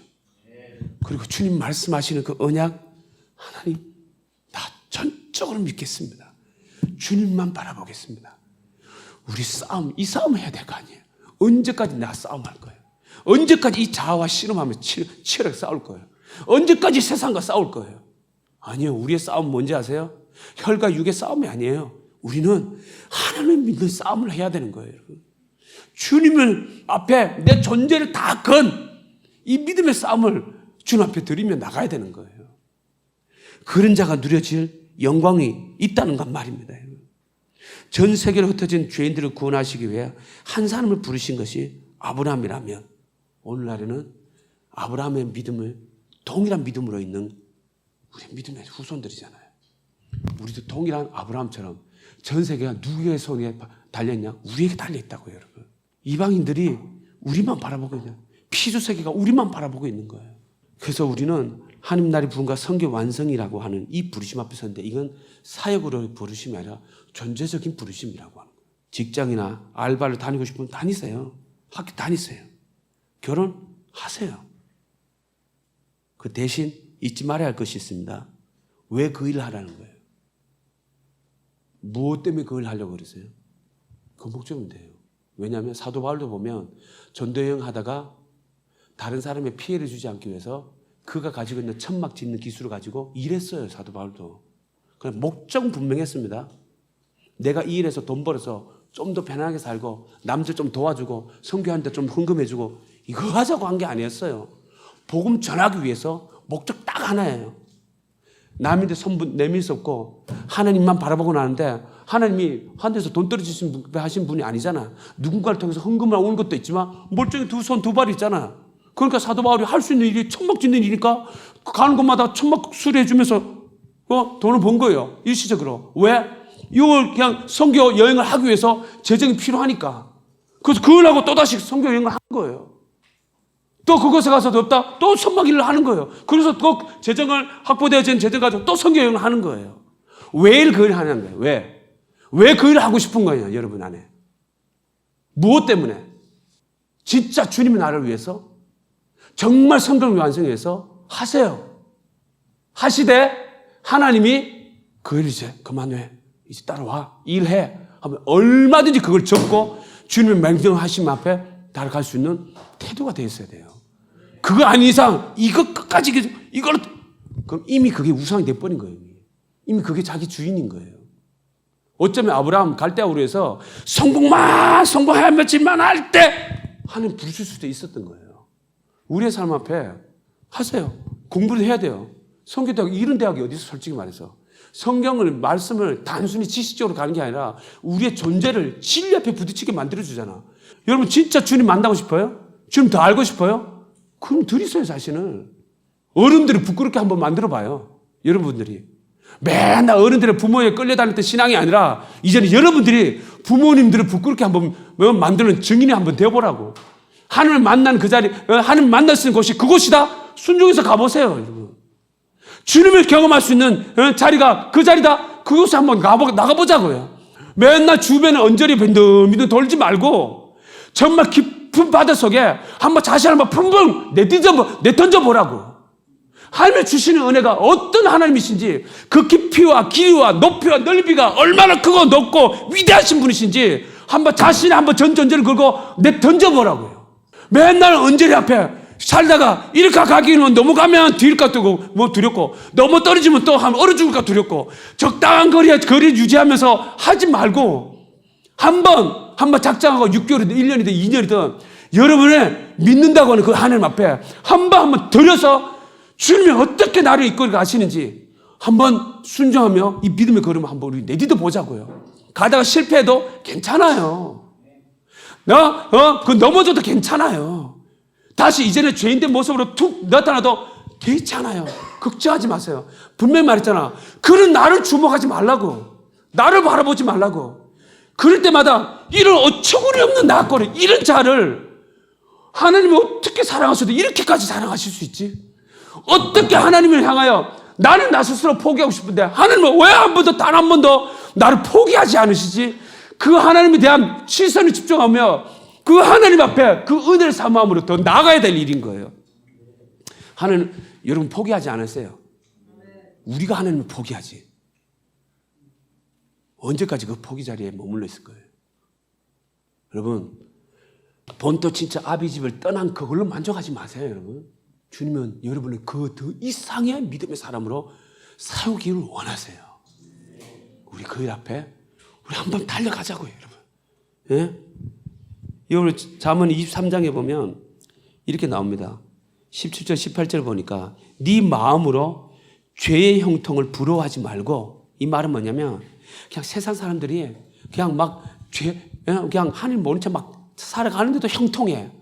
아니면은 하나님 믿는다고 하는데도 내가 보기에는 이거 믿음도 아니야. 그러면 좀 망해야 되는데 잘 되어가고 있네, 오히려. 근데 그거 부러워하지 말라는 거예요. 뭐라고 얘기하냐면 항상 여호와를 경외하라. 정령이 너의 장래가 하나님의 경외함에 있고 네 소망이 그 경외함 속에 너의 소망이 끊어지지 않는다 그래요. 그러니까 지혜 21장 30절 31절을 보면 지혜로도 못하고 명철도 못하고 모략으로도 여호와를 당하지 못하느니라. 싸울 날을 위하여 마병을 예비하거니와 이기면 여호와께 있다.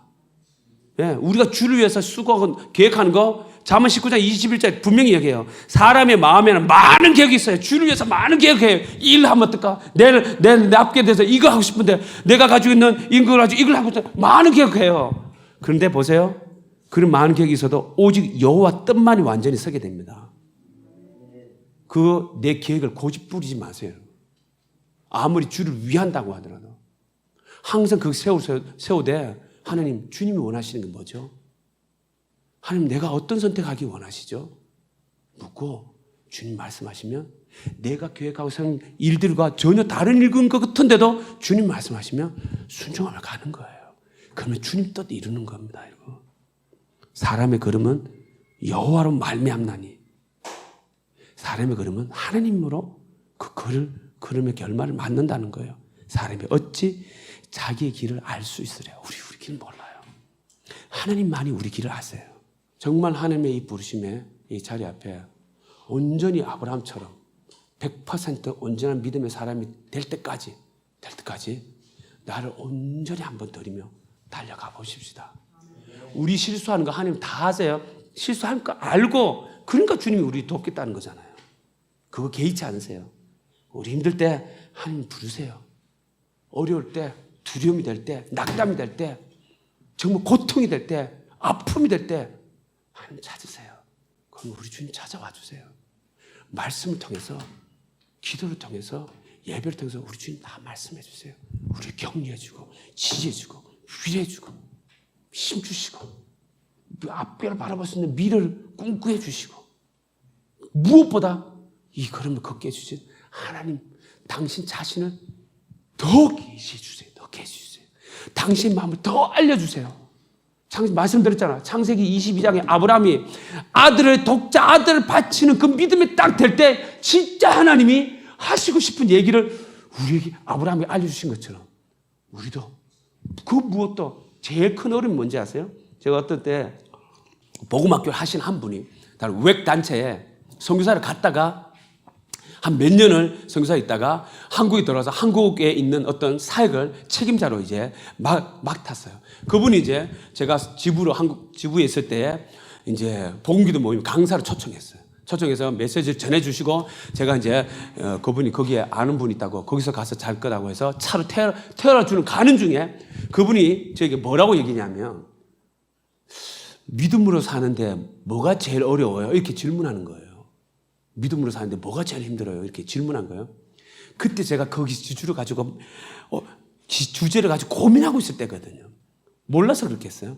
근데 그걸 해답을 딱 줄 때가 언제냐면 그런 찬양 있죠. 주리의 찬양 보면 주를 위해 살아가는 것 쉽지만은 않아요. 뭐 하는 그 찬양이 있어요. 제가 딱 그 찬양 딱 듣는데 그때 그 고민하기보다 그에 대한 치열함이 있을 때, 주를 위해 살아가는 게 쉽지만은 않아? 쉽지만은 않은 건 맞지. 아니 그런데 다르게 생각하면 생각이 차이거든요. 주를 위해 살아가는 게 얼마나 행복한 길인데, 이 길이 얼마나 기쁜 길인데 마지 못해서 가려고 하니까 죽을 것 같은 거지. 쉽지 않는 거지 막. 그러다 뒤에 보면 뭐냐면 나의 욕심, 부귀, 영화 모두 다 내려놓았어요. 그러면서 이제 나 주를 위해 살아, 그런 가사예요. 그때 제가 이 가사를 개사를 했어요. 주를 위해 살아가는 것 행복한 길이에요. 이 찬양을 제가 한참 부르고 있을 때 이 사람이 이 질문한 거야. 그러니까 이 질문을 딱 할 때 이 사람이 무슨 고민인지 한 방에 알아차렸어요. 제가 한 방에 알아차려요. 그래서 제가 대답 뭐였겠을까요? 믿음으로 사는 게 제일 힘든 게 뭐예요? 이렇게 이 질문에 뭐라고 대답했을까요? 자아로 살아가는 게 제일 힘들죠. 내가 내 노력으로 살아보려고 하는 게 제일 힘들죠. 제일 방해꾼이죠. 그러니까 이분이 그냥 끄덕이면서 그냥 아무 대답 안 하고 그냥 받더라고요. 여러분, 우리 이 믿음으로 사는 거 최대의 적이 누군지 아세요? 남 아니에요. 환경 아니에요. 바로 서슬픈 나입니다. 나예요. 그러니까 자기를 부인하지 않으면 주님 못 따라갑니다, 여러분. 이 서스푼의 이 병든 자가 주님과 함께 십자가에 못 박혀 끝나지 않으면, 죽지 않으면 우리 주님 못 따라가요. 우리의 삶 앞에 정말 이 복음의 삶, 아브라함이 본토 친자 아비 집을 떠나는 이 죽음의 시간을 통과하듯이 그 죽음으로 끝나면 안 돼요. 더 나아가서는 아브라함은 뭐죠? 가장 마지막 시험이라고 하는 독자 이삭, 그걸 죽음으로 넘기는 그 자리까지 우리 다다라야 되는 거예요. 그래서 우리 하나님 계속 우리를 테스트하고 시험하실 거예요.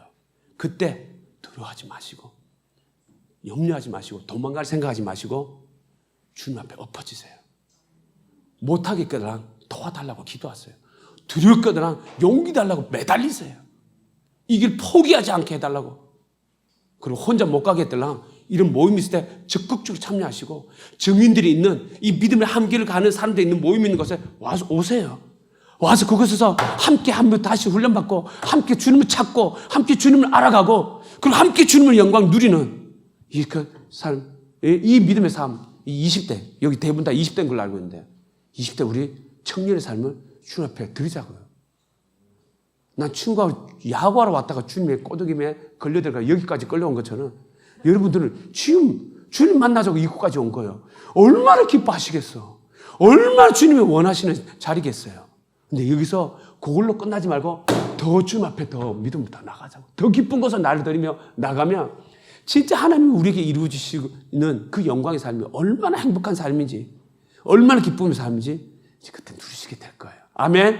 예, 계속 보자고. 여기서만 볼 게 아니라 앞으로 더 봐야 되고 결국은 천국에서도 봐야 되고 이 믿음의 부르심 앞에 달려가는 이 선한 군사로 우리 함께 주님의 동행하는 자로 달려가십시다. 아멘. 기도하십시다. 네, 한번 주님 앞에 한번 좀 정직하게 한번 좀 나가십시다. 지금까지 하나님이 주신 은혜 맞아요. 사실이에요. 그래서 우리가 여기 있잖아요. 주님이 우리를 찾아와 주신 거 정말 감사하죠. 그런데 여러분 이전에 알고 있던 그 하나님이면 충분하겠어요? 우리 하나님은 우리를 더 알고 싶어서 수도 없이 우리의 마음을 두드리고 우리와 이야기하고 싶고 우리와 당신의 마음을 우리에 부어주고 싶은데 근데 우리는 관심이 다른 데 있는 거예요. 복음을 모르는 것도 아니야. 알아요. 믿어요. 복음을 체험했어요. 그래서 우리 이 길을 가잖아. 그런데 그 복음이 전부가 안 돼. 그 주님이 내게 전부가 안 돼. 또다시 내 시선이 다른 곳에 가 있고 나를 향하 있고 세상을 향하 있고 자꾸 내 만족을 하나님 아닌 것으로 자꾸 찾으려고 하는 이 어리석은 이 우리의 우둔한 우리의 영혼을 주님 제발 깨트려 주시고 하나님 한 분이면 충분하다고 하는 이 고백이 도대체 어떤 고백인지 오늘 아브라함을 통해서 우리 보게 되는데 하나님 본토 친척집을 떠나는 그 믿음의 수준으로 좀 만족하지 않겠습니다. 여기서 끝나지 않겠습니다. 주여 저 아들을 바치라고 하면 저 자신을 주님 드리라 하면 기꺼이 나를 불러주신 그 하나님 기꺼이 그 하나님 앞에 즐거이 하나님이 순종하며 아버지 이 드릴 수 있는 이 믿음의 사람 100% 온전한 믿음의 사람이 될 수 있도록 주여 저를 포기하지 말아 주십시오. 주님 저를 붙들어 주십시오. 인도해 주십시오. 나 하나 예수 잘 믿어 천국 가는 존재를 부른 게 아니라 내게 열방이 달렸다고 하는 아브라함의 부르심이 곧 나의 부르심임을 다시 한번 확인하셨습니다. 주님 열방의 용 이 복음을 가진 자로 서겠습니다. 주님 도와주십시오. 우리 함께 주의 이름을 간절히 부르며 함께 나아가겠습니다. 주여